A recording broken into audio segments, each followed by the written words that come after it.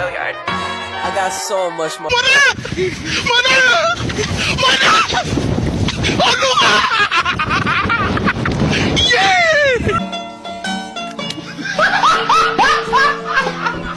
Are you ready, kids? Aye, aye, Captain! I can't hear you. Aye, aye, Captain! Oh! Fucking design on right now. Break it down, bring it back, make it clap. I got 3 old thoughts, new block, where that thing. Bitches on my line, and you know Bismillahirrahmanirrahim. Assalamualaikum warahmatullahi wabarakatuh. Perkenalkan, nama saya Armi. Saya dari jurusan Tarbiyah dan Keguruan, Prodi Pendidikan Agama Islam. Baiklah, di sini saya akan membuat video dengan tujuan memenuhi tugas dari mata kuliah Pemikiran Pendidikan Islam. Baik, materi yang akan saya jelaskan di sini yaitu mengenai pemikiran pendidikan dari Ahmad Dahlan. Proses masuknya agama Islam ke Indonesia berbeda jika dibandingkan dengan proses masuknya agama Islam ke wilayah lain.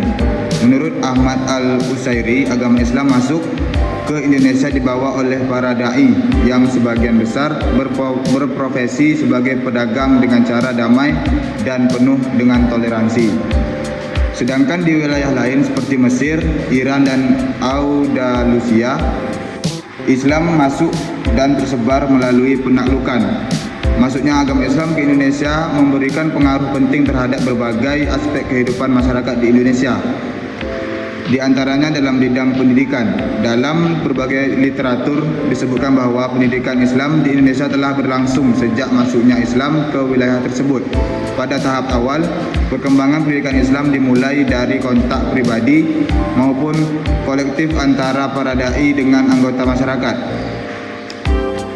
Setelah komunitas muslim terbentuk di suatu wilayah, maka mulailah mereka membangun masjid yang difungsikan sebagai tempat ibadah dan sarana pendidikan Islam, sehingga dapat dikatakan bahwa masjid merupakan lembaga pendidikan Islam yang pertama muncul, yang biasanya berlokasi di samping rumah tempat kediaman para ulama atau dai. Pada perkembangannya kemudian muncullah institusi-institusi pendidikan Islam yang lebih formal seperti pesantren, dayah, dan surau. Meskipun istilah tersebut berbeda, tetapi pada hakikatnya dilihat dari fungsinya sama, yakni sebagai tempat menuntut ilmu pengetahuan agama. Perbedaan nama tersebut dipengaruhi oleh perbedaan tempat di mana istilah tersebut dipakai. Pesantren populer bagi masyarakat Islam di Jawa, adapun dayah dan rangkang di Aceh serta surau di Sumatera Barat. Institusi pendidikan Islam tersebut pada awal masanya hanya mengajarkan ilmu-ilmu agama seperti membaca kitab-kitab klasik yang membahas tentang Al-Quran, hadis, akidah, fikih, dan ilmu agama Islam lainnya. Sedangkan ilmu-ilmu umum seperti berhitung dan lain-lain tidak diajarkan, sehingga pada masa terhadap khazanah kitab klasik menjadi ukuran tinggi rendahnya ilmu seseorang. Adapun metode pengajaran yang dipakai saat itu masih tradisional. Contoh metode yang digunakan adalah metode sorogan, wetonan, dan hafalan. Sistem pendidikan Islam yang demikian sangat kontras dengan sistem pendidikan yang dibangun oleh pemerintah kolonial Belanda pada abad ke-17. Sistem pendidikan ini bersifat sekuler dengan sama sekali tidak mengajarkan ilmu agama di sekolah-sekolah pemerintah. Pola ini sama dengan yang terjadi dalam pendidikan Islam umum. Kala itu yang sama sekali orang yang belajar ilmu umum termasuk orang kafir. Hal ini pula yang membuat terbaginya pendidikan di Indonesia ketika itu menjadi dua sistem yang berbeda, yaitu sistem pendidikan yang dipakai masyarakat pribumi yang diwakili pesantren dan sistem sekolah modern yang dimiliki pemerintah kolonial Belanda. Salah satu akibat yang muncul karena dipertahankannya sistem pendidikan Islam yang tradisional atau konservatif adalah semakin mundurnya masyarakat Indonesia pada saat itu, seperti yang dikemukakan Abudin Nata. Salah satu faktor penyebab kemunduran bangsa Indonesia adalah karena kebodohan yang keterbelakangan dalam penguasaan ilmu, pengetahuan dan teknologi modern serta pemahaman yang sempit yang hanya memperhatikan urusan spiritualitas yang tidak sejalan dengan Al-Quran dan hadis.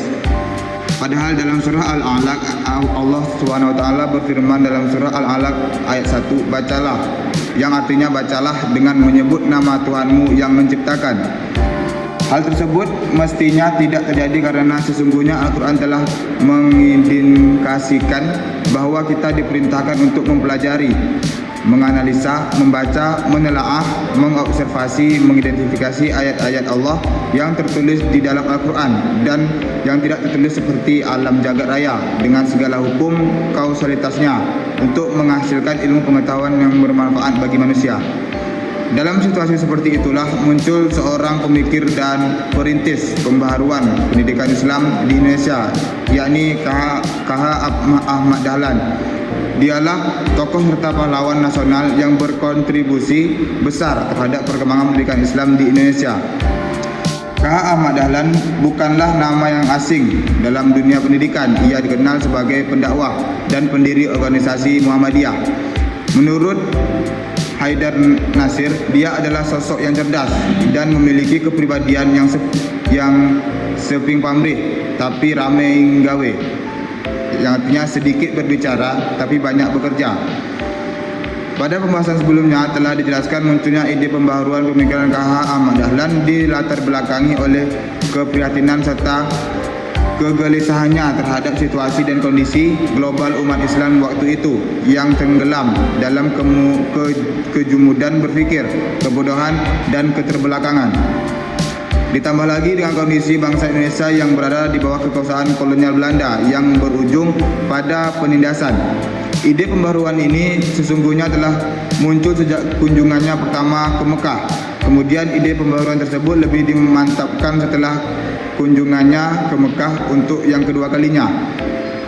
Menurut KH Ahmad Dahlan, upaya strategis untuk menyelamatkan umat Islam dari keterbelakangan serta pola berpikir yang statis menuju pada pemikiran yang dinamis, kreatif dan inovatif adalah melalui pendidikan.